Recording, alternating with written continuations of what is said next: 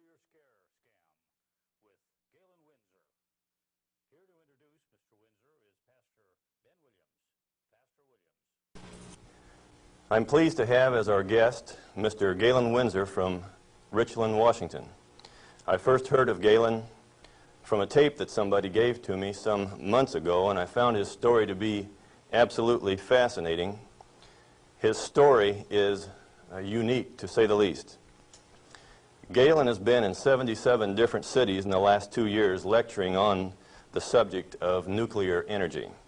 The majority of his life, the last 35 years, he spent processing plutonium from nuclear reactor sites. He has worked in the Manhattan Project facilities in Hanford, Washington, Oak Ridge National Laboratories and Nuclear Plant in Oak Ridge, Tennessee, General Electric's Midwest Fuel Recovery Plant in Morris, Illinois, General Electric's Fuel Fabrication Facility in San Jose, California, and Wilmington, North Carolina. And he's worked in every major reactor decommissioning project around this nation up to this present time. His major work in these projects has been the analytical process inventory control, which means that he was responsible for measuring and controlling the nuclear fuel inventory for these projects. Galen Winsor has few peers in the world in this area of expertise. And those few peers admittedly know and agree with the things that you'll be hearing on this tape. However, except for 2 or 3 of these experts, they've all chosen to remain silent for reasons which they only know, leaving this man then the burden of leading this lonely battle of exposing what we call the nuclear scare scam. He's without question one of the world's foremost authorities in nuclear radiation measurement, and he's recognized by members of the Atomic Energy Commissions of all the major nations of the free world. Mr. Galen Winsor.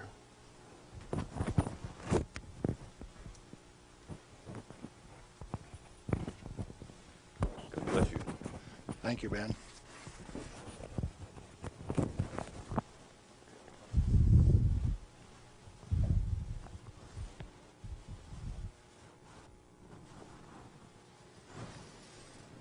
We've been considering today how best to approach this subject so that you would feel comfortable with where I am. And we thought it might be appropriate to start with how I got involved in this game. Now, in 1945, I was a Navy radioman out in the Pacific on a destroyer aimed for Japan. We had a one-way ticket. That's all you get, just one way. So, as we were becoming proficient at our business of fighting war, the Manhattan Project caught up with us and did a job. Now, the weapon that was dropped on Hiroshima, Japan in August 6, 1945 was a U-235, fully enriched U-235 weapon, where the material was separated and purified in Oak Ridge, Tennessee. The one that was dropped August 9th on Nagasaki was a plutonium weapon made at Hanford. But to those of us out in the Pacific, it was quite interesting. It had a ticket on it that says, "You get to go home." I was impressed. Now, I was stuck out on Guam after the hostilities quit and was running a radio broadcast that communicated with 4,500 ships west of Pearl Harbor. Quite a few to listen to every dot and dash that I made. So I was used to having people listen to me. They couldn't see me, but they could sure hear me. I had all of the good messages that were to come to them. Fleet movements to Red Cross messages. They came along one day and says, "We'd like to have radiomen to go down to Eniwetok for the atomic bomb tests." Not me. No way. I want to go home. So they went through and they took every 3rd radioman to go to Eniwetok. I didn't go. They let me come home. But I wanted to go home. I had a driving need within me that says, hey, that big firecracker, I want to know how it works. I want to know everything about how it works. So, back to the ranch in Nevada where I grew up and stacked hay all summer, gained back the 40 pounds that I'd lost out there in the islands. Into Brigham Young University in the fall of '46 in chemistry classes. Dr. Joseph Nichols could make an old farm kid like me love chemistry. I hadn't had any chemistry in high school, but the way Joe Nichols taught it, I wanted to know. So chemistry it was. And some neat guys like Carl Eyring taught me physics. And along in '47, I ran across a cute blonde from Richland, Washington. Now, this girl had been telephone operator for General Leslie Groves and Dr. Enrico Fermi on the Manhattan Project. She got to put through the calls to Franklin Delano Roosevelt for these guys, so she talked personally to FDR. And she told me some of the stories like you've never heard. She says, oh, in those canyons, great things are done. This cowboy from Nevada couldn't even imagine what she was talking about. Well, in 1947, after we were married, I ran until she caught me. But I wasn't going to get married anyway. I wanted to get my education. I had to get on with this thing. And so we went to Richland, Washington for the first time in September of 1947. I saw that those buildings she was talking about were there. 1,000 feet long, 11 stories high, 5 of them below ground. Tremendous things. And people all over. Camp Hanford in those days was a whole army camp just there to secure that place, to provide security. Thousands of soldiers. You move around out in the desert and hop out of a foxhole and pop a soldier with a gun in his hand. There wasn't any horsing around. It was all business. Back to school. In 1950, I applied for a job up there before I had graduated, and they were in such bad need of chemists, I had a job before I had my degree. And so the last year of my chemistry, mostly English, I did on a bus, riding 25 miles to work in the morning and 25 miles back at night, and I did advanced grammar and business writing and all of those things on that bus. But in September 1950, I got into this thing called plutonium processing when we did it barehanded, without instruments, without coveralls. We had some of the most peculiar acid burns in some of the shirts, and I found one of those the other day. It's got acid burns all up the front of it. Plutonium on it, too. Amazing. That was normal operation in those days. We ran those facilities, and we ran them so well that by 1965, we had separated enough plutonium when it only existed in the parent uranium matrix to a half of a single weight percent, 0.005 weight fraction of plutonium maximum in that fuel. And we processed enough tons of uranium to recover enough plutonium by 1965 to meet the weapons needs of this country 10 times over for the foreseeable future. Now we're talking about a massive amount of work. Hands-on, do it type thing. And there was a couple thousand of us, and we were just happy as could be, just working like mad, making those plants run 24 hours a day, 7 days a week, in a community that ran on shift work, ABCD shift. The whole community that way. A wartime community, people dedicated to doing a job, and we were doing it, and we did it well. No pretense. Oh, yes, there were. Out in the reactor began to sneak in people who wanted a radiation monitor behind every reactor operator. Why? We know how to make these things run. When we got a metal fuel element stuck and it fell down on the trampoline back of the reactor, we'd go in with our feet and kick it off into the pool, smoking, burning.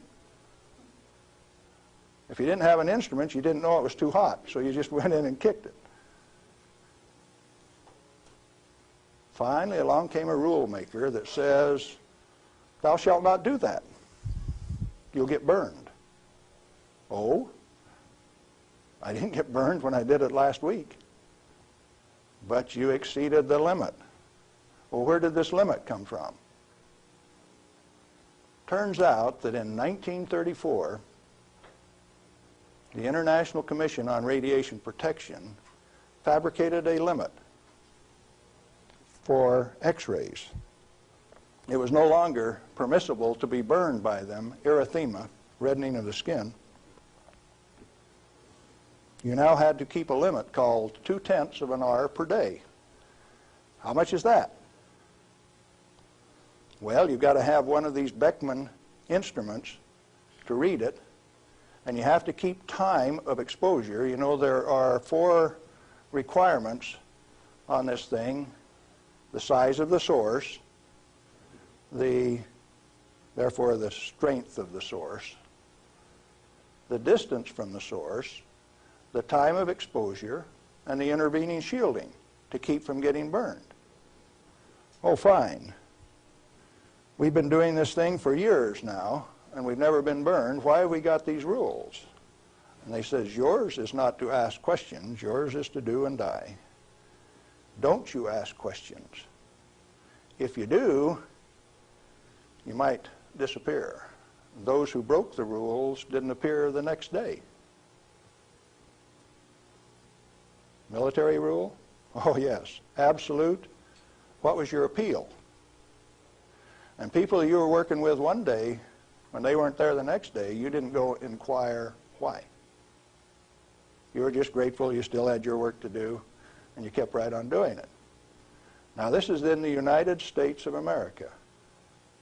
Well, in 1960, we found out that the materials that we were working with, the thing that we called high-level waste, that if you waited 3 years, these million-gallon tanks that high-level waste went into boiled off 15,000 gallons of water a day.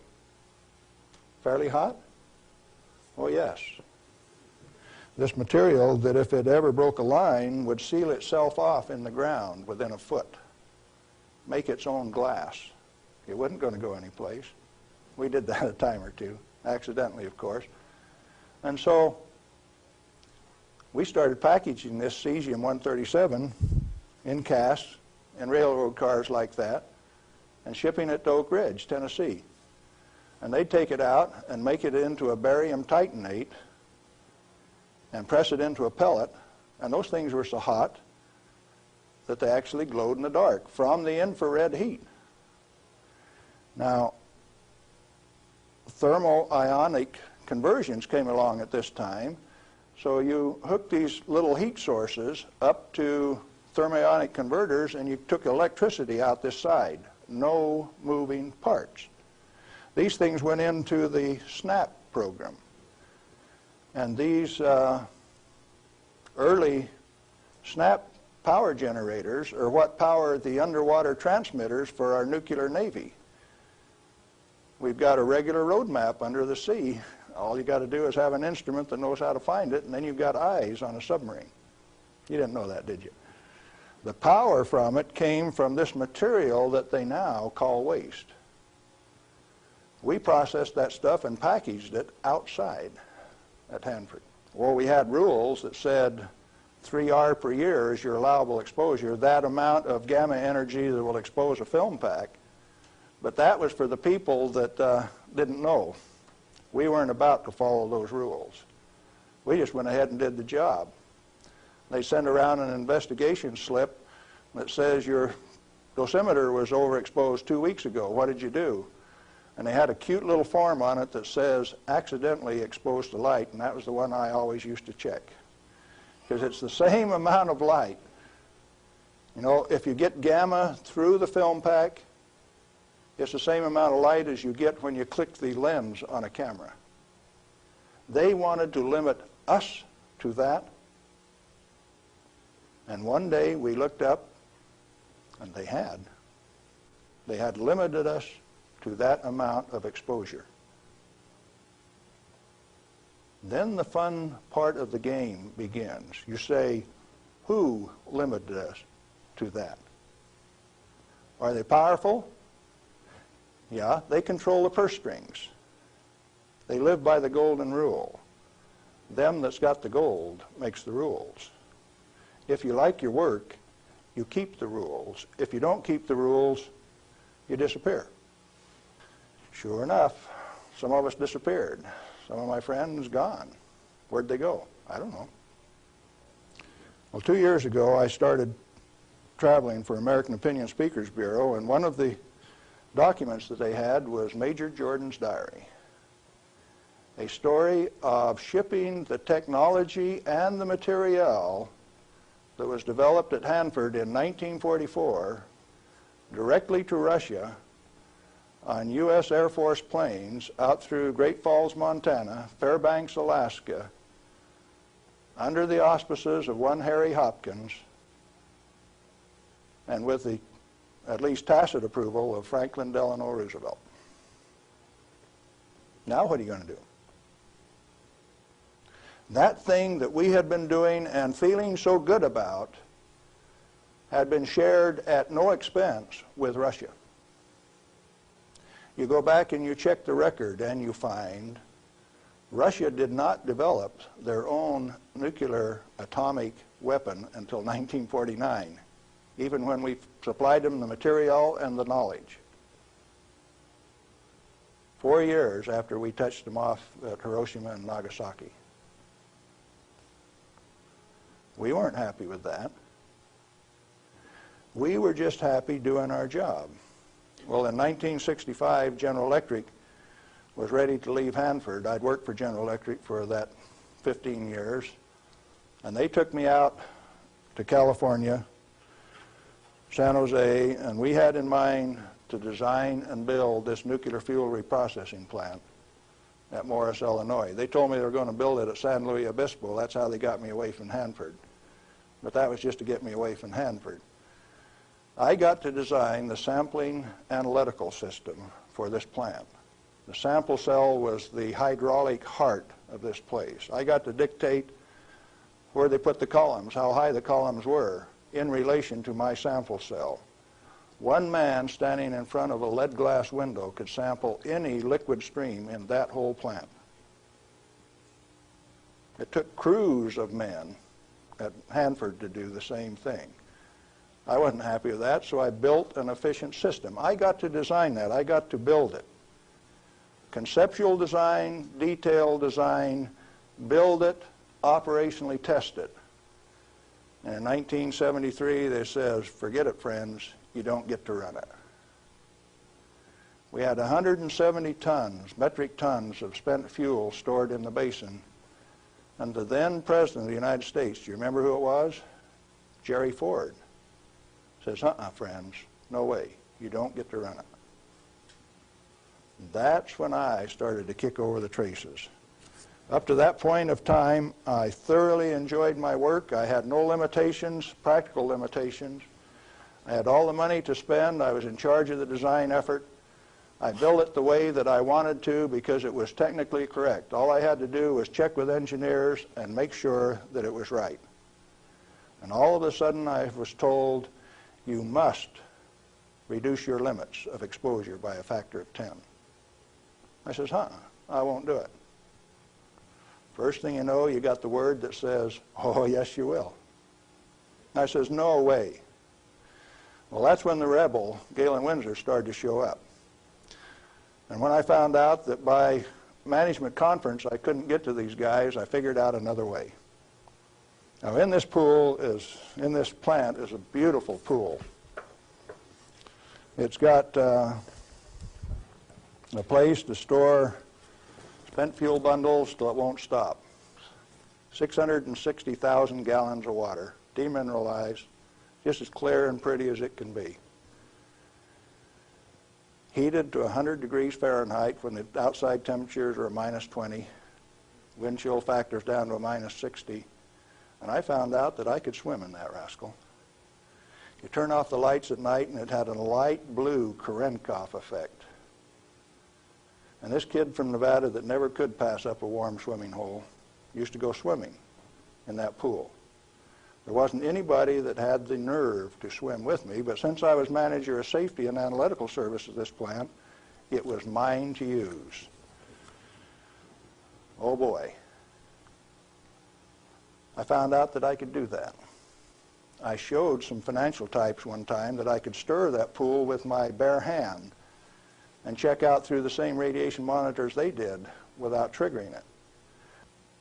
GE didn't like it. I got a letter from him that says, "Thou shalt not tell financial types that you can swim in the pool, that you can stir it with your hand, because if they find that out, they will steal the inventory. They will know that the inventory can be stolen." Oh, is that a valuable inventory? The same material that's labeled high-level waste by our current government, our current Congress. Now, plutonium is an interesting chemical element. It is created in a nuclear reactor. The Manhattan Project built 8 of these reactors at Hanford. The first one took 12 months from sagebrush to nuclear steam to build, and it had never been done in that size before. How could they do that? Why did they do it? To create this element called plutonium. Plutonium has been assessed as being the most hazardous material on Earth.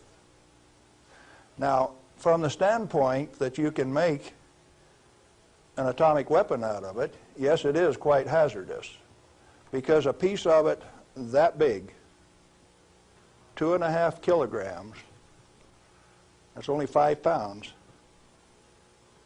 is the force that delivered 20,000 tons of TNT equivalent over Nagasaki.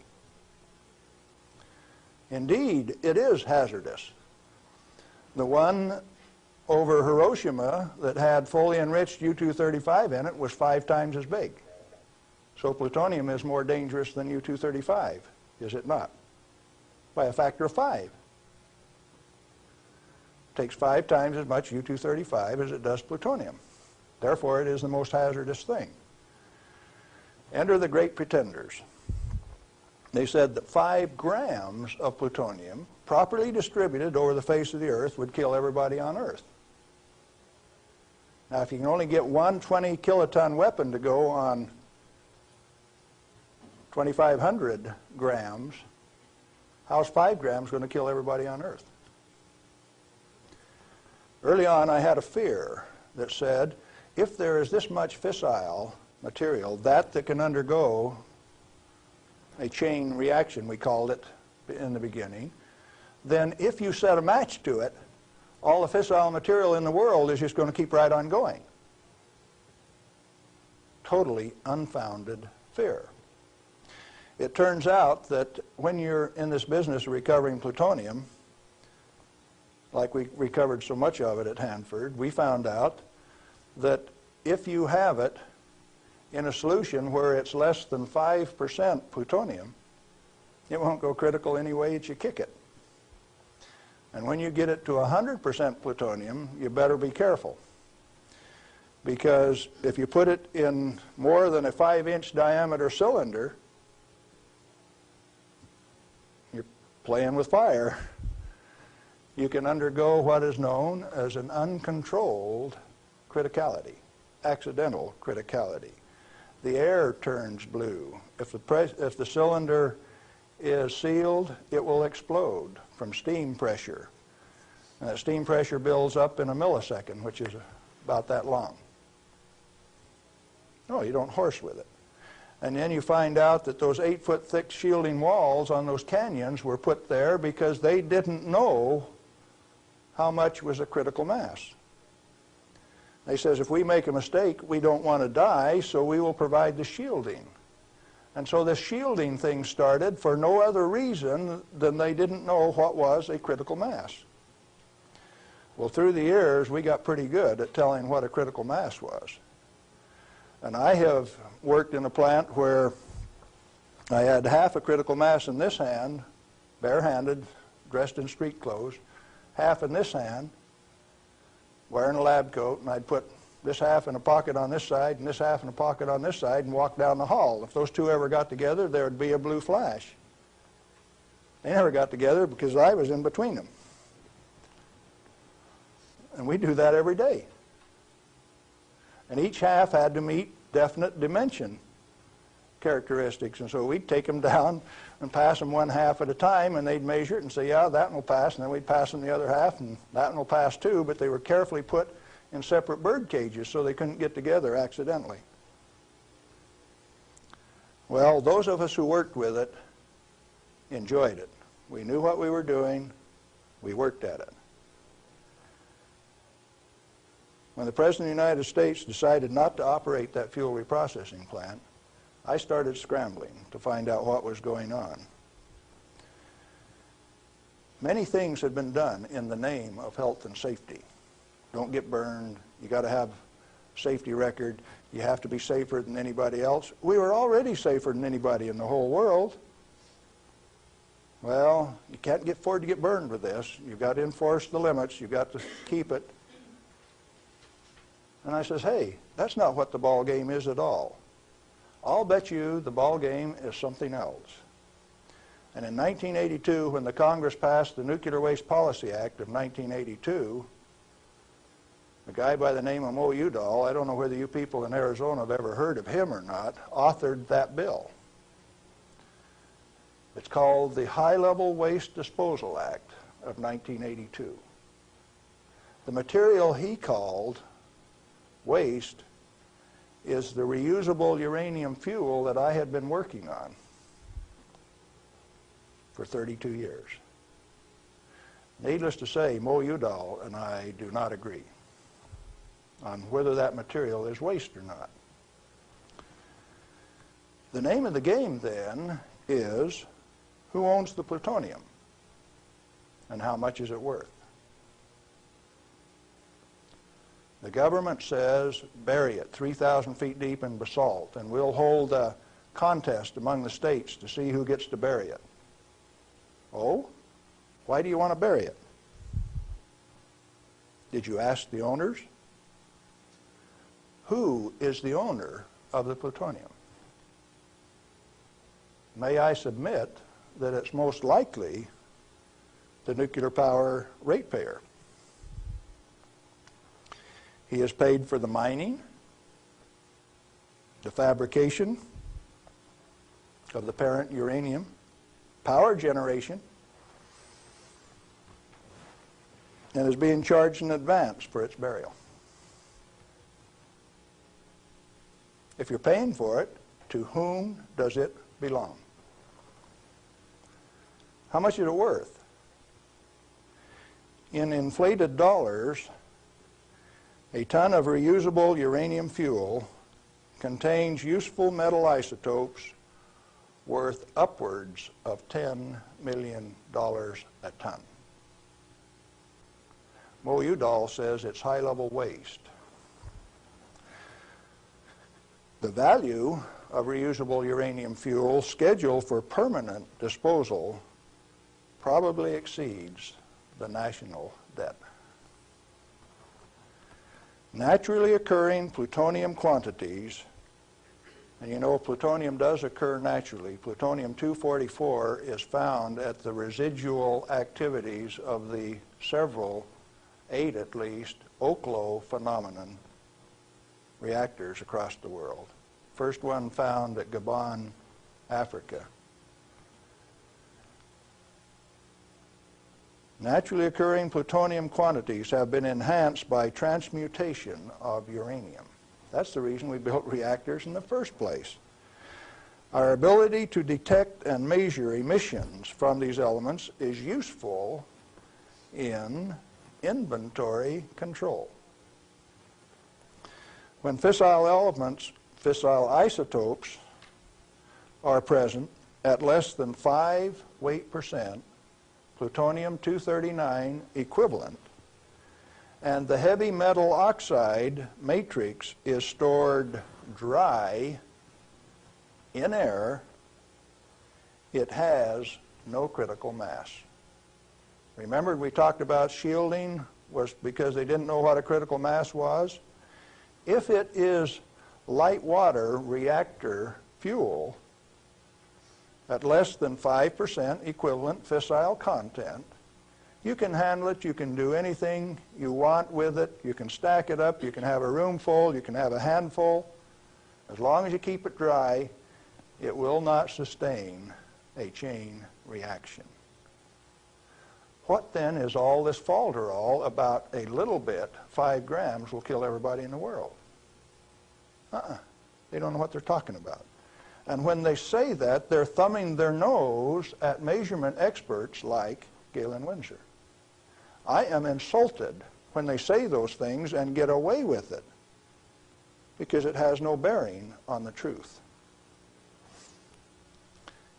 It cannot be mishandled. It will not expose any person to an unshielded nuclear reaction. In other words, no controls are necessary except to prevent the pilferage of the inventory. Have you got that one?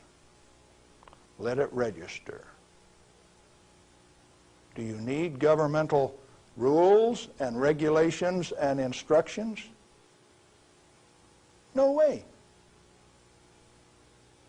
Then why do we have all of those rules? Inventory control practices capitalized on the fear of undereducated masses who work in the industry. I didn't say anything about ordinary people now. I'm talking about the people who have worked in the industry and those who cast stones from without. The Ralph Naders, the Jane Fondas.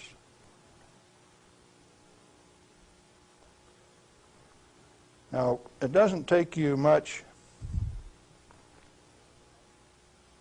thinking to find out that maybe the industry is the source of the problem.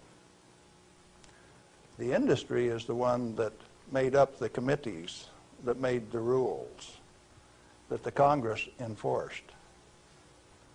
You ever thought of it that way? The strangest kind of feather bedding that's ever been dreamed up, it makes the railroad engineers look like pikers.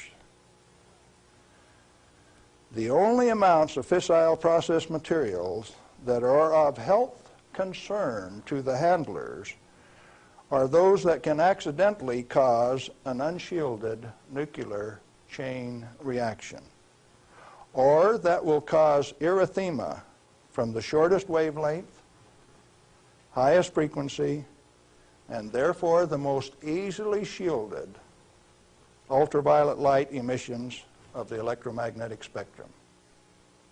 Big words. Let's see what they mean. The emissions from uranium, plutonium, cesium, all of those things are only important if you assemble an amount that if you get this amount and this amount together, it can go critical. You can get a blue flash and therefore get burned. And that's happened 34 times in the business, and 8 men have died as a result of that. Accidental criticality. Documented in Los Alamos document 3611, if you want to check the source. Or if you've got enough of it together that it's giving off ultraviolet light of this particular wavelength and frequency without any intervening shielding, enough to burn you, sunburn you, erythema, reddening of the skin. If it's less than that, if the effect is less than that, then what is the problem? excessive government regulation. That's what's the problem. Tritium, heavy water. Deuterium is hydrogen 2. Tritium is hydrogen 3. If you let an inventory get away from you, what's going to happen to it out in the biosphere? Nothing other than it will become diluted and join the naturally occurring inventory of tritium, because tritium is created in the upper atmosphere by sunlight. We have a natural inventory of tritium. Then the only thing that happens when you release tritium, which is the trigger mechanism for bombs, it's the source of the push that makes it go, is that you lost a valuable inventory. Then what of these people that are pretending that a little bit of tritium is going to do you in? It is not so. What are those 2 points?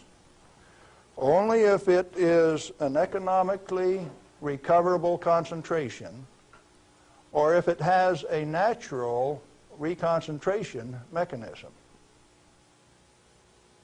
You know, there isn't any one of the radioisotopes out there that has a meaningful level of reconcentration in any of the species, not even the oysters in the bays in Maryland, below Calvert Cliffs.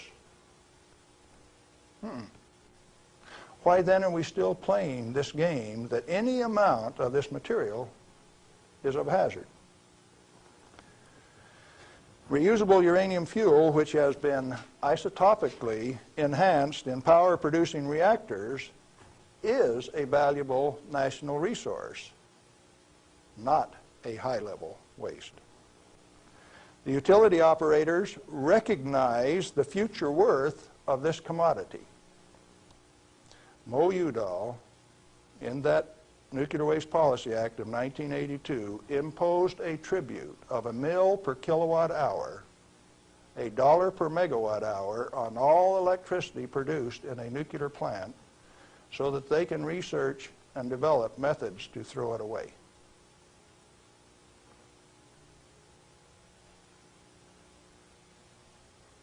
Why do the utilities willingly pay this amount to the Secretary of Energy? To limit their liability exposure. Who pays that amount anyway? The consumer of nuclear-generated power. You have no choice, and therefore I call it a tribute. At the same time, they have provided their own storage basins at these reactors at ratepayers' expense to retain ownership control of the plutonium resource. So you consumer, you ratepayer, you taxpayer, are paying for the storage of this fuel, and WNP2 at Hanford has storage that will take them through the turn of the century, and yet every day they are paying a tribute to the Secretary of Energy with the concurrence of the United States Congress and signed by the President of the United States in 1982, 83. Who was that? Ronald Reagan. They have provided those storage basins at ratepayer expense to retain ownership control of the plutonium resource. I started playing a game one day, 7 years ago. I says, okay, Portland General Electric, you've got the Trojan reactor, you've got a storage basin problem, I'm going to make you an offer. I made them an offer that says, I will take all of your spent fuel, FOB your basin, if you will give it to me. In other words, I will take it off your hands at no expense to you. I will ship it, I will store it, I will do everything that needs to be done to that fuel. And you know what they told me? Can I quote them? Go to hell, Galen Winsor. We value it more valuable than platinum or gold. We're going to play the plutonium futures ourselves. Now, where did I learn that the name of the game is who owns the plutonium and how much is it worth? The first plutonium I saw was in a glass tube. On the newsreel when I got back from the Pacific in 1946. And that they had in a glass test tube, they said, was worth $500,000. Certainly they had less than 5 grams of plutonium in that tube. That's pretty expensive stuff. And so for the show, they put a pot underneath it in case they dropped it. They said, we don't want to have to pick it up out of the rug.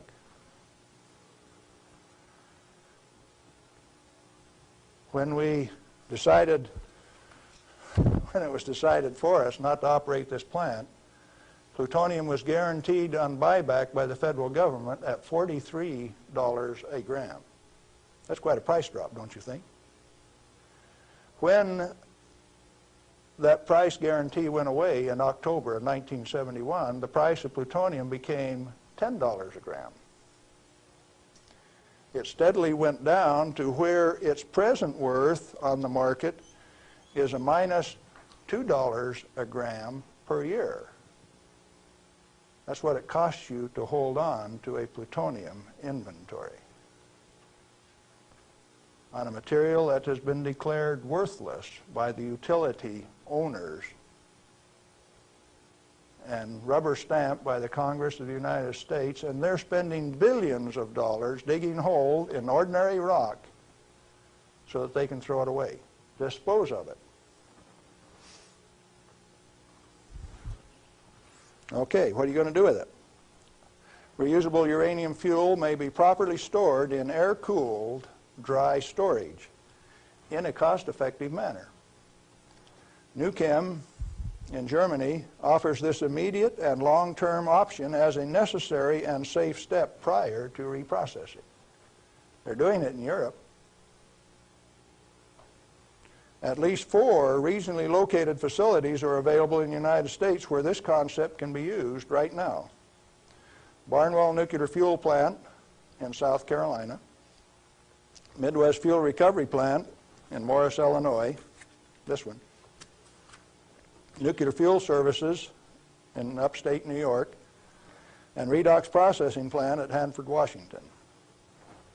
These fully shielded, already radioactively contaminated storage areas have secure, limited access. All have been operated under processing conditions of 10 CFR 50, and the MFRP has a 10 CFR 70 storage license, the only licensed storage facility away from a reactor in the United States.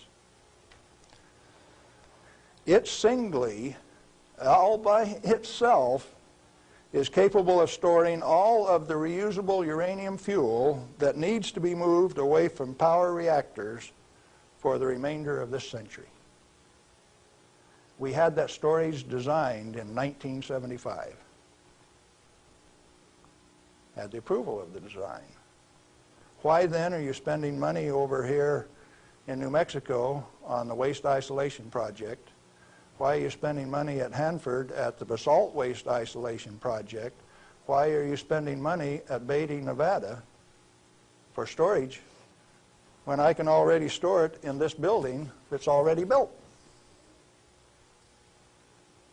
I just named you 3 others that can do the job all by themselves too, and I know where there's 14 more buildings that can do it. What are we going to do? Redox and other excess facilities at Hanford are capable of dry storing all commercial REF until plutonium recycle, at least through 5% enrichment, is reestablished, or until the 22nd century, whichever comes first. RUF can be cost-effectively stored in existing facilities. Where does Mo Udall came off then, saying that you cannot use this plant for its intended purpose unless it is owned by the United States government. He has said that. The waste isolation projects are politically mandated wasting of national energy and construction resources.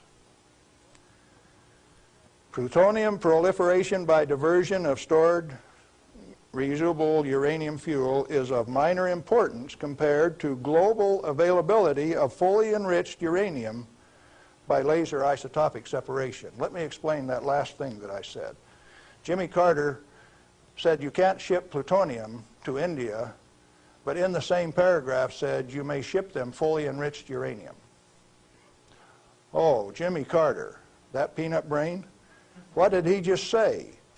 He says that when the Israelis took out the reactor in Iraq, they had fully enriched uranium from France, and they says those rascals, those Iraqis, are going to take that fully enriched uranium, put it in that reactor, irradiate it to plutonium, and therefore have to recover the plutonium in a plant like this, and we stopped them when the fully enriched uranium makes a better weapon than the plutonium in the first place. Now, when the President of the United States says things like that, and when the press gives it credibility, I get insulted. And right after I get insulted, I get angry. And I've been angry for quite a while now. And finally, one day, I said, my own personal security is not important. I think I'll go tell this tale. All I want is to tell my story. The commodity that I communicate is called truth. And so then I ask you a question, a very brief, pointed question.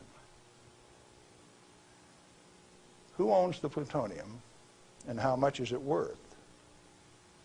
And then I'm going to attach on to that a question I want you to think about till we talk again. If you haven't been burned by this particular source of radiation, what is your problem? You obviously have one. Otherwise, you would join with me in telling the truth about this particular commodity. And so yes, I'm recruiting helpers. What happened to the guys who taught me the business? Thousands of them. The hands-on business. Where are they? They're still there. Why don't they talk? Who are the they that say this is the way the business is going to be run, whether it makes sense or not? Brings you the nuclear scare scam with Galen Winsor. We're back with Galen Winsor, and we're talking about the nuclear scare scam. Galen, it seems to me that from what I've heard you say that the scaring of the people is better than a lock and key to keep this stuff out of the hands of those who might be interested in investigating and keeping this valuable material hidden for just an elite few. This is probably the way that it works best. And so then the secret was to keep from letting other people know that it could be handled, because first of all, we weren't accepted by the community, and the materials that we were working with, they feared. But there were certain few people that realized its real worth, its potential to be used in ways other than to support our national defense. Let me ask you a question, Galen. Are you worried about do you have reason to be worried about your personal safety? Because the kind of people that you're describing here are powerful people. I wonder, you're still around. I wonder how much longer we can expect you to be in this game. Well, on the 13th of December last year, the NRC, Nuclear Regulatory Commission, Region 5, turned out a federal SWAT team to get me on a federal warrant issued by Bob Thomas out of Walnut Creek, California. It was kind of funny in a way. They turned out this federal SWAT team at Hanford, and they had my picture, and alongside it says, "This is an irrational individual. He poses a threat to our security. Take him at any cost." Now, the reason that I'm still here only has one logical conclusion. I have lots of help. Well, you've told us about how that you and others of your friends and colleagues have handled many times this so-called deadly nuclear energy material that the whole world is so scared of. Why weren't you afraid of it? Because we did silly things like recover some of the undissolved fuel elements out of the redox dissolver that burned a hole in it. And we went in and sampled these things by remote process. We got it out into our hands and found out that we could walk around the lab with them barehanded and they wouldn't hurt us. And we were standing there in the lab tossing them back and forth. Uranium metal that wouldn't dissolve in the boiling nitric acid. Well, if you find out that you can play with it, and it was only 90 days since that thing came out of the reactor and it doesn't burn you, why should you be afraid of it? So in other words, you're telling me that you learned to not be afraid of it because of practical use and application and hands-on experience. Hands-on. We might even been playing games. Okay, you say that you swam in this water that was straight from spent fuel used to cool that fuel, and Yes. you swam in it. Yep. You told me earlier that you went a little bit beyond that. Would you share a little bit of that story? Well, swimming in it didn't have the desired effect. So I decided I had to be more direct with these people that were giving me trouble. They were kind of hard to teach, so I went to drinking a glass of it a day.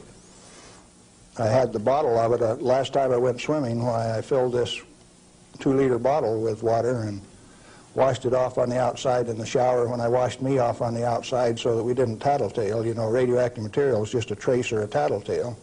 So you got to get it off so they won't know that you've been swimming in the pool and drinking the water.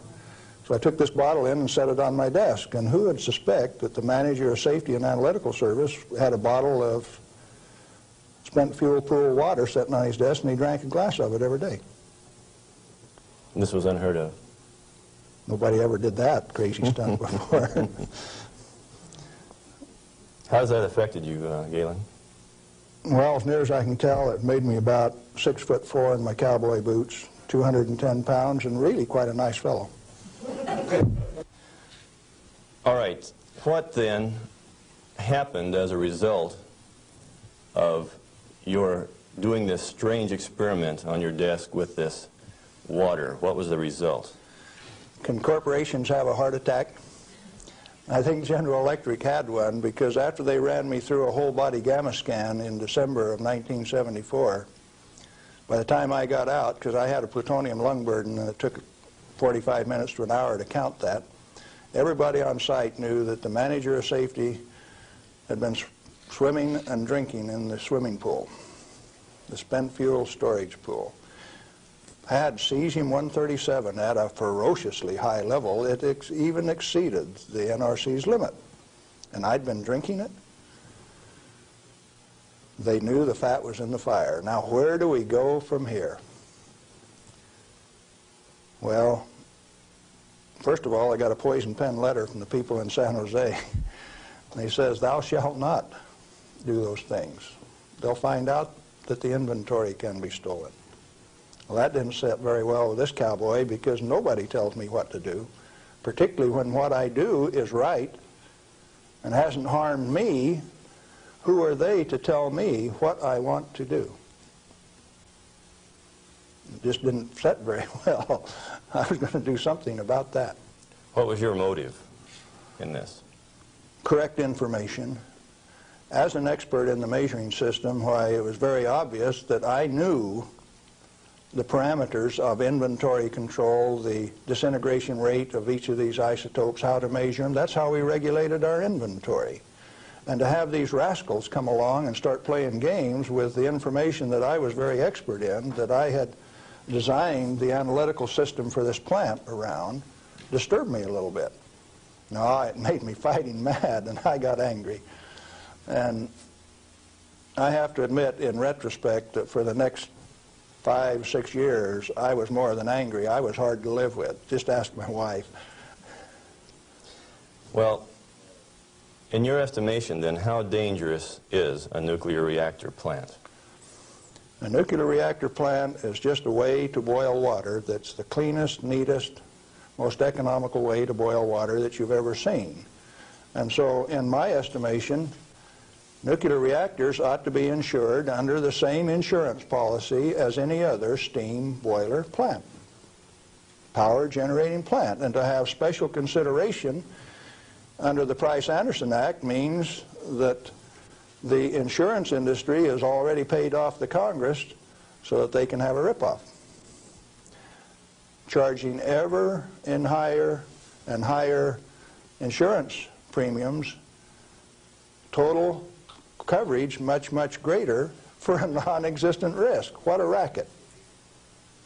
Can a nuclear plant explode? Only like any other steam plant. Like Laughlin, Nevada had a steam explosion. It's a coal-fired plant, but 6 men were killed there last year. That could happen at a nuclear plant, but as far as an atomic explosion, good heavens, no. No way. What kind of accidents can actually happen at a nuclear reactor generator plant? You could lose your moderator and the reactor would shut down, the control rods would stick in and you wouldn't be able to start it up. You might do several things that would invalidate some of the safety controls. For instance, an emergency core cooling system. The only reason they put ECCS on a reactor is to destroy it. When you start these big babies up, because they're so big, you only warm them up 50 degrees an hour. And they say, we got an emergency, throw the emergency core cooling system on like they did at 3 Mile Island 2, and you're going to thermally shock that big machine and ruin it so it can never be used again. Let's talk about 3 Mile Island. What really happened there? We've heard all kinds of stories about meltdown, and they made movies on it that this meltdown could melt right through the earth, clear through to China, and we've seen a lot of scare stories. What really happened at 3 Mile Island? Do you know what really happened there? Yes, I do. I followed that one very closely.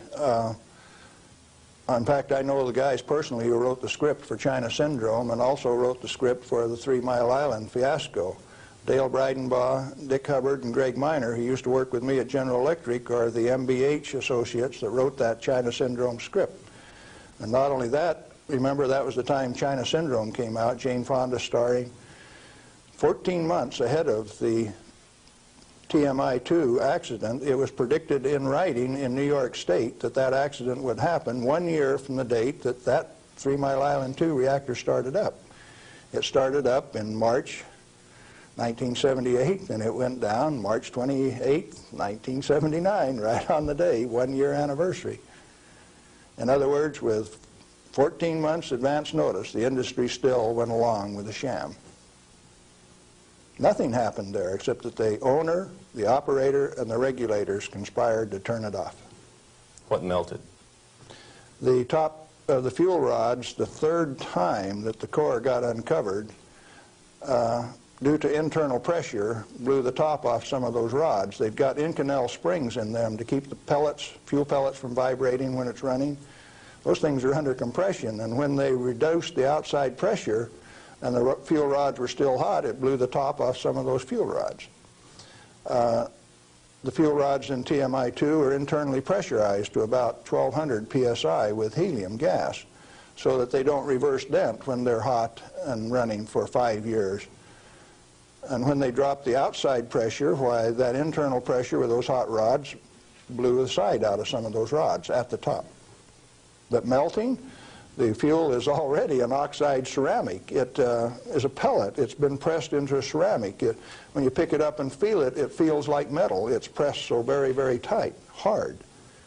And so, no, the fuel didn't melt. The China Syndrome is a scriptwriter's fantasy. Right here, I ought to tell a story, I guess. See, I spent 3 weeks on the island in March of 1981, the 2-year anniversary of this particular, quote, accident. And Tom Hall, who stood alongside Enrico Fermi when they pulled the control rods on 100B in October 1944 at Hanford, and I were delegated to go to the island and find out what happened, and so we did. We went over all of the records and everything else, and there, as we could tell from performance records, 51 thermocouples, for instance, only one of which went over 1,000 degrees Fahrenheit. The center line temperature of those rods when they're running is 4,032 degrees Fahrenheit. And so They say things like over 50% of the core was greater than 4,000 degrees. Yes, it was. If it wasn't running at 100% power.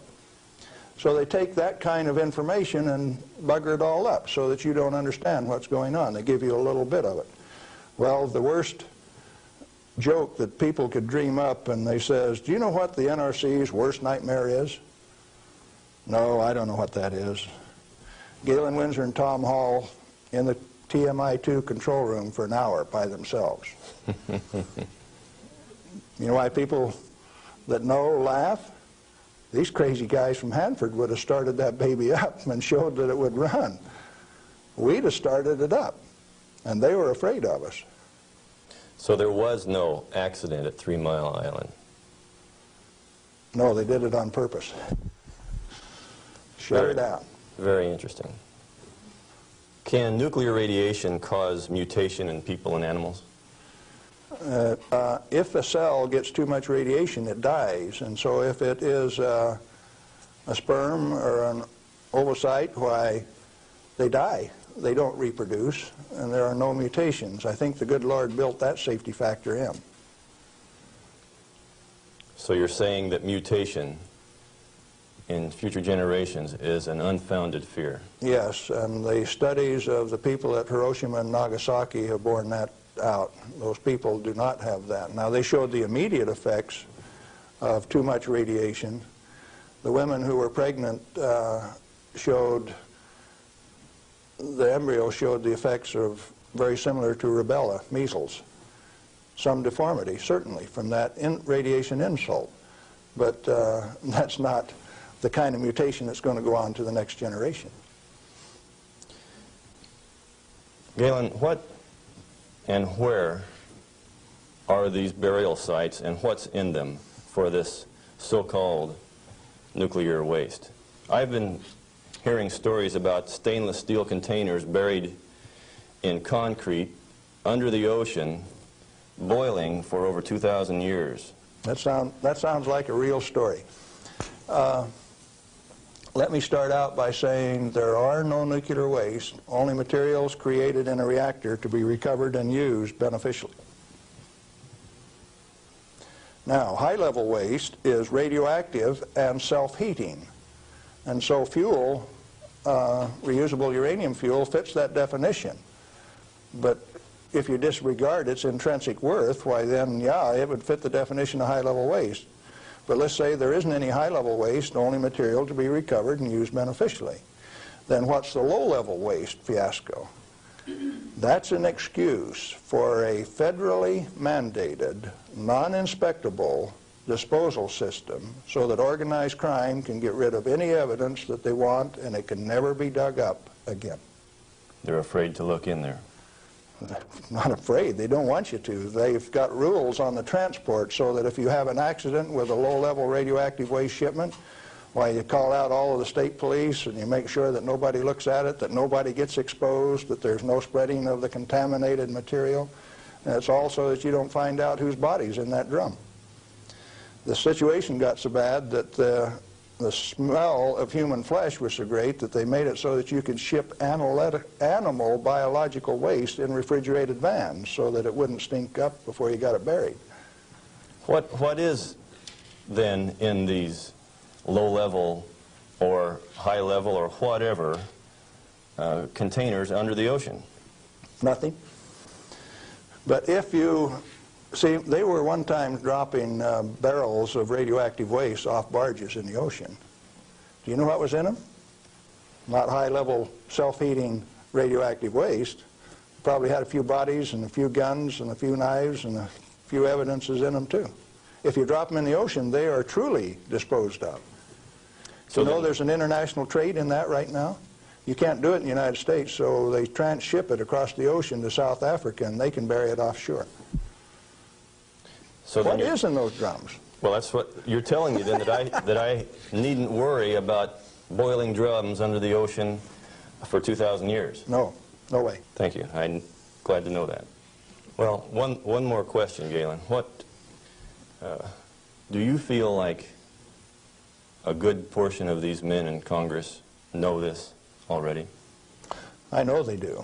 I went there 4 years ago and sat down with the Senate legal staff and told them my hour-and-a-half long sad story, and Sam Bollinger, one of the lawyers, stood up and he says, "Galen, if I understand you right, why, you want us to have President Reagan snap his finger and make this thing come up straight." And I says, "Hey, Sam, terrific. Go ahead and do it." He didn't take that challenge. He says, "No, I'll tell you what, Galen, industry likes it the way that it is." I said, "Sam, you really know how to hurt a guy." And he says, "Well, if we change it, what are we going to do for an encore?" Yeah, they're fully aware that this thing goes on as far up as the President of the United States. It's the way that industry wants it. The industry is its own problem then. So the question is then, what is the industry? What is the real story here? Is this an industry of nuclear energy? The industry has been ripping it off for years and years. In 1975, we knew that large nuclear reactors were dead, that large is not the way to go. The way to go is small, mass-produced nuclear reactors sitting right in the middle of town, one every 10 blocks, producing power. We haven't built a reactor right yet. It's time that we do it. Why haven't we? Because of a federal energy cartel. These guys control the amount of electricity, the availability, and the price. And they say, you do not have a choice. I have a choice. I'm going to take one of those decommissioned nuclear subs up in Puget Sound, refuel it, and generate my own electricity. Save the government $5 million because that's what they want to throw them away. I will use it for my own power plant. Quinn Millian up in Omak, Washington, and I are moving on that, and if one of these days I hook one of them up to Pier 91 in Seattle, don't be surprised. Well, good luck.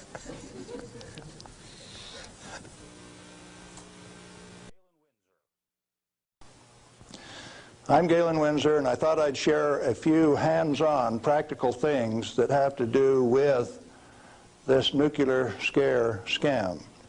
Now, you've heard that gamma energy, the kind of energy that comes off a rock like this, is the most penetrating, most damaging of all radiation.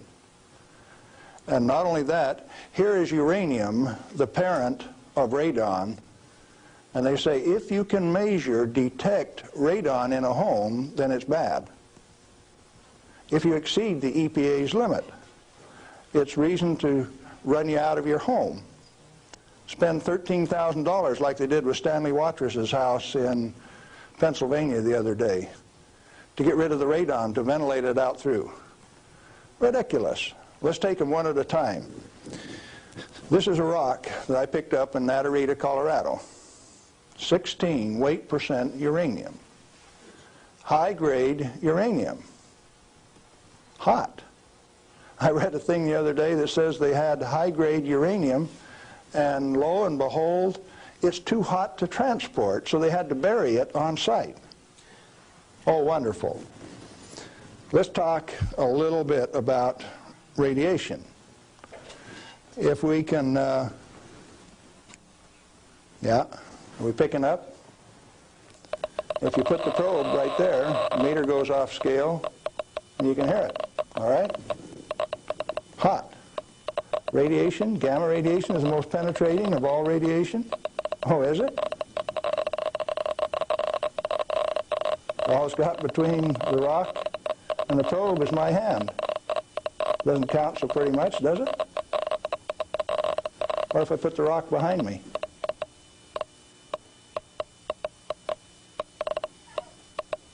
You don't suppose they've been lying to you, do you? I suspect they have. Well, let's do a little bit more. I got a black bottle. This stuff comes in white bottle. A bottle of no-dose. You can send children down to the drugstore to buy no-dose. All they need is money. In this are 660 white caffeine pellets. And this one is uranium oxide, U308. You can't buy it for love nor money. the state of Washington sent 2 of their Gestapo agents over to my home to confiscate my uranium samples on the 17th of December last year. Got a challenge. I'd like to have somebody in the room volunteer to take all of this bottle or all of this bottle. The only thing I'll tell you is that one of them won't hurt you and the other one will kill you. Do you want the white stuff or the black stuff? White stuff? You do. There's enough in there to kill 4 men your size. The government says we got to ban this material. It's radioactive. Let's check it in the bottom of the bottle. Not very radioactive. Let's take the cap off. Oh goodness, very radioactive. This instrument will only count gamma, energy. It's just energy. Light's coming from those lights, only you're getting lots of infrared from the lights as well as ultraviolet. Energy response, and it's very carefully damped to only discriminated so it only gets the energy that comes from this. I don't want it to respond to a light, just to this. Cost me $1,000 to get an instrument that will just respond to this and not to that. This is radioactive by any definition. Radioactive material giving off radiation that is read by an instrument like this. The daughter of this, radon, cannot be read on this instrument because it gives off alpha particles. An alpha particle is a dye-positive particle that comes from the nucleus. It has 2 protons and 2 neutrons, therefore an atomic weight of 4, and it's minus 2 electrons. And if you grab it with a high ionization potential counter, it'll count. But if it travels 2 inches in air or through a piece of paper, it picks up 2 electrons, 2 beta particles, if you will, and becomes helium gas, and it won't count on an ionization chamber. Did you know that this thing right here is giving off helium gas? Alpha comes from uranium. Okay, radioactive material. You pour it out in the hand, and that's radioactive contamination. Is it radioactive? Yeah, it is. Very radioactive. Now, decontamination is nothing but scooping it back up and putting it into the bottle. I just now decontaminated my hand. No, I didn't do such a good job. Not good at all. Is it still radioactive? Yeah, that's called residual radioactivity. Now, under the decontamination rules of the government, when you decontaminate somebody like this that's that contaminated, and this is certainly a reportable incident under current DOE regulations, when you decontaminate him, it has to go down a controlled drain so that you don't disperse radioactivity. Do I qualify as a controlled drain?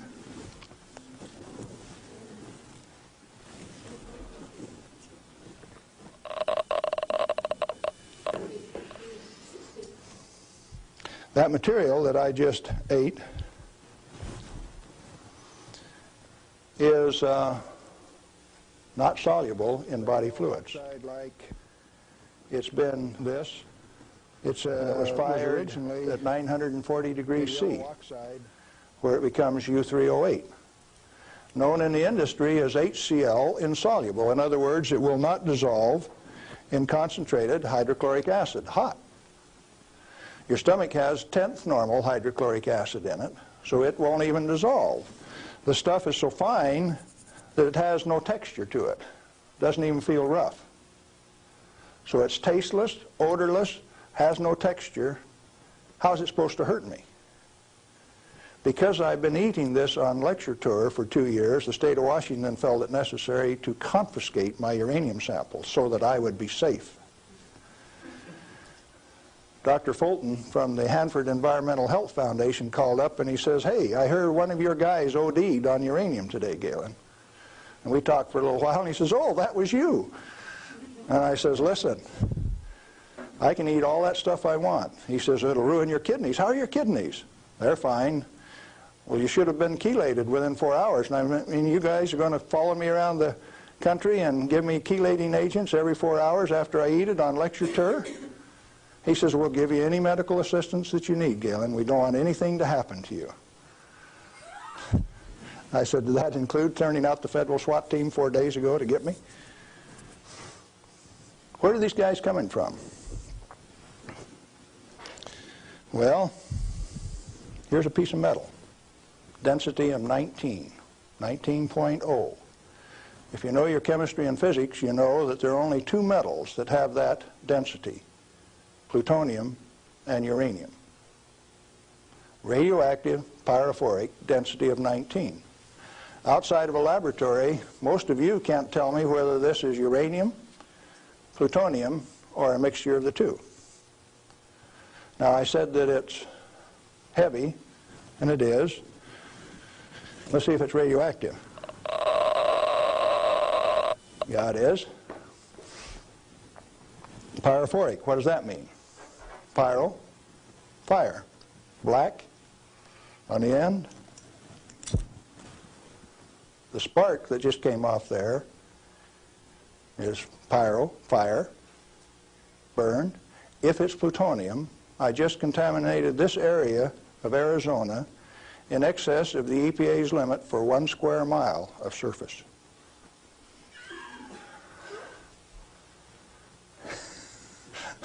Somebody laughed. It's serious. The end of progress altogether says that I just contaminated you in excess of the limit for 1 square mile. It's now silver on the end. Tomorrow it'll be black because it self-oxidizes, this black color, like this, all by itself.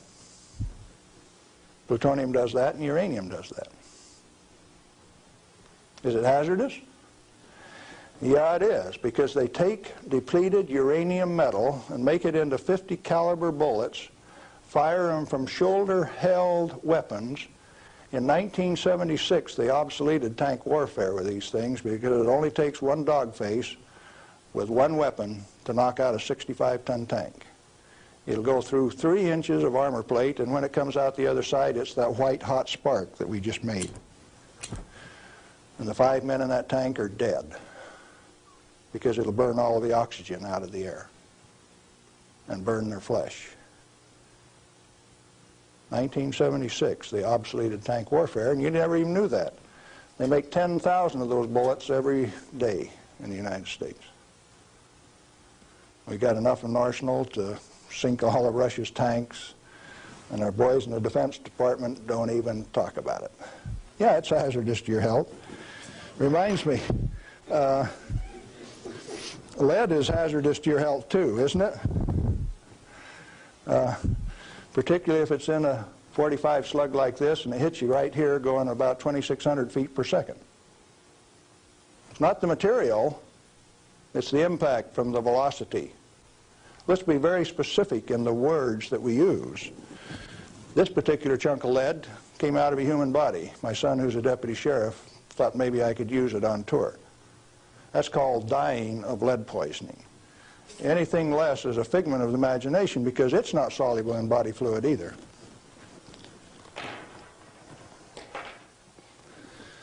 This is a pellet of cobalt-59.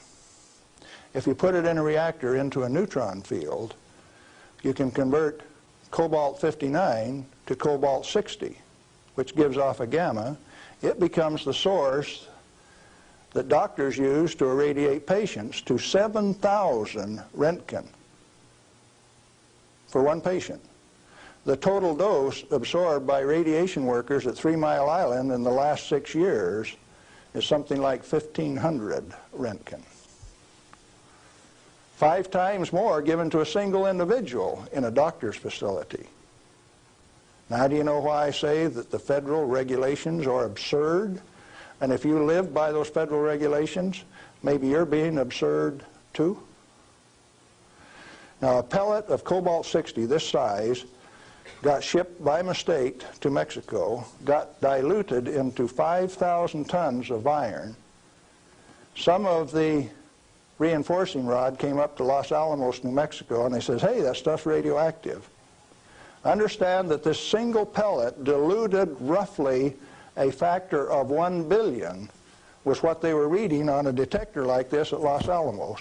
And so they pulled back table legs that were in Spokane, Washington, made out of the same batch, because it was hot and radioactive and it would burn you. When the pellet itself could be held in your hand like that for a few minutes without it burning you. Now, Christ walked the earth 1 billion minutes ago. If I could stretch this pellet out into a wire and it went clear around the earth and right back here to Phoenix, 1 billionth of this amount is 1.7 inches of that wire so stretched out. Stagger your mind? It ought to. Now, let's try a little game. The EPA says that 5 picocuries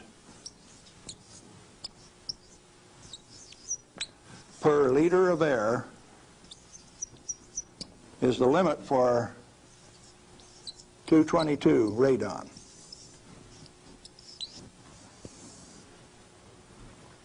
And they handle that like it's a real number. Madame Curie says that 1 gram of radium equals 1 curie equals 2.22 times 10 to the 12th disintegrations per minute, and that's the basic definition of radioactivity.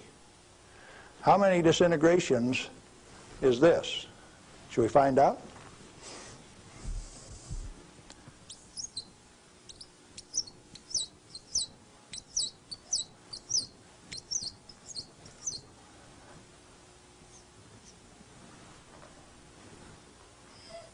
And the EPA, in its wisdom, says that 11 disintegrations per minute from 1 liter of air, you have exceeded the limit. You know what I did the other day? I've been having a little tough with some legal authorities up in my house. So I took one of these bottles of uranium like this, and I dissolved it in an Erlenmeyer flask with nitric acid. And I got a crack in the basement floor, and I squirted that whole bottle into that crack on the basement floor in acid solution so that it'll drive that counter off 3rd scale any place along a 10-foot section of that crack that I put. When they bring the radon measurement in there, you know what the radon's going to do? It's going to go off scale in their measurement. It won't go that high. If Watrous' house with 17 times this limit in it was caused to spend $13,000 and give it national TV coverage, press coverage, think what Galen Winsor's house is like. I went to the trouble to notify my congressman about it. Mike Lawrence, the manager of the Department of Energy in the Pacific Northwest, my state representative, Ray Isaacson, and a few other astute people, including the banker and the lawyers and the appeal court. What are they going to do with that? I set them up on that last Thursday, and I come down to Phoenix, so I escaped the falderall. What I'm saying to you is that the federal regulations are absurd. The congressman that put them into place ought to be fired. They ought to be sent home. The regulators, what do you do with them? Quit paying them. The taxpayer, the electorate, elects those people to go out and do a job. Why do you continue to pay them when they're teaching you baloney? When they're putting in regulations that don't make any sense? Cut it out. Quit paying them, fire them, send them home. The term I grew up with says can them. Is it easy? Apparently not. You haven't got the job done. The majority of the Congress is irresponsible, amoral, atheistic, irresponsible. Let's see, how many more adjectives can I drum up? But that many. Let me tell you. We as the people sent a bunch of rascals out to the energy store with a signed blank check. And we say, hey fellows, if you run out of money, just go build us a good power plant. If you run out of money, come back and we'll give you another signed blank check and guarantee the payment out of the ratepayer's pocket. Tennessee Valley Authority has the most nuclear reactors of any outfit in the place. Not one of them has produced any power since last August. Browns Ferry 1, 2, and 3 in Mississippi hasn't produced any power since last March. And they don't plan on producing any power at Browns Ferry until mid-year in '86. At $1 million a day in lost power revenue per plant, and held off in the name of health and safety? Now tell me we didn't send rascals out to the energy marketplace with a signed blank check. They're still getting paid. Those reactors are all fully fueled, fully staffed, and just sitting there. Who's getting taken? The ratepayer. You're still paying more and more for your electricity all of the time. Now, Bonneville Power Administration says that 57% availability is okay for a nuclear reactor. Maine Yankee is often run at 103% availability, which means it's running over nameplate rating. Enough days out of the year that its average availability is 100%. Bonneville Power Administration of the Department of Energy says that 57% availability is okay. That means that you can let those things set down 43% of the year, and that's judged as an acceptable performance on the part of the government. There's an obvious answer. Get the government out of the energy regulating business. Turn those plants over to people who will run them efficiently 100% of the time. When we put in zero-release containment, we started playing games. About the time that we proved that a nuclear reactor has no measurable impact upon the environment, that's when they bottled them up, put catalytic recombiners on them. Some of the reactors in Texas were designed not to breathe for 8 years at great expense. Why? When you bottle up a reactor like TMI-2 does, then you get radiolytic hydrogen, and indeed they had a radiolytic hydrogen burn at TMI-2. And they moan and they groan about that, and all they had to do was open up the windows and let the breezes blow through. You don't need containment on them. I'm going up to Colorado this weekend to meet with the Uranium Producers Association. And they're upset because the government is dumping uranium on the market and raising the price of the commodity that they get their bread and butter from. But what they're totally unaware of is that the Grand Junction Operation Office is going to issue a contract so that the new operator has a $25 million budget over the next 5 years, 80% of which will be spent for remedial action. Where you take this material, dig it up, if you find it counts on a Geiger counter, you can have them come in and change out the whole front yard of your house, give you a new front yard, new foundation under your house at government expense. If you don't do it, they'll take you down to the courthouse, blacklist your property, so that you have to remove the radioactivity at your own expense before it can be sold. Now, do you know what I did when I took that uranium solution and poured it into the crack in my house? I set up the United States government, and that episode is about to be played. Did I do it on purpose? Yeah, I did, just like I used to dive into that swimming pool and drink that cesium-contaminated water. I found out that it doesn't hurt me. You need to find out that it doesn't hurt me, or you.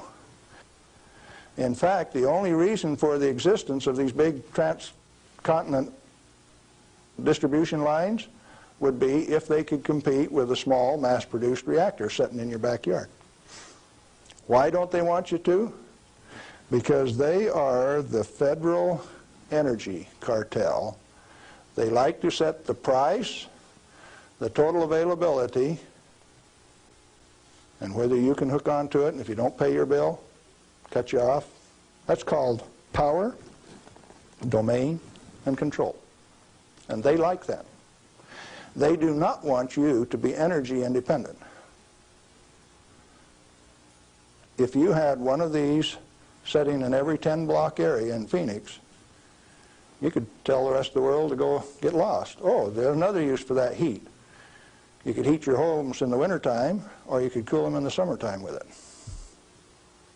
heating, ventilation, air conditioning, they call it, HVAC. In countries where it freezes, you could run that hot water out and chase the frost away in the spring and in the fall. And they found out that plants grow faster in warm water anyway, so you'd irrigate with it all summer. So cooling towers are called wasting towers. They throw over 50% of the heat away. The other morning, coming out of Tri-Cities, WNP2 was putting its 700 megawatt electric up through the clouds, 870 they were running at. And the clouds were laying all over the ground, and there was a little ice cream cone right out there, and I said, there's WNP2. It snows 5 inches every night out of WNP2, and the rest of us don't get any. Where'd the water come from? That's cooling the heat from the condenser cooler. You should have a business right out there, an oil cracking plant, something taking that heat and using it, like they built at Midland, Michigan 10 years ago and they've never used. And so Dow Chemical is suing the utility because they never produced the steam for their chemical plant right alongside it. We got troubles in this country. I'm telling you what the problem is. Doing something about it, responsibility is yours.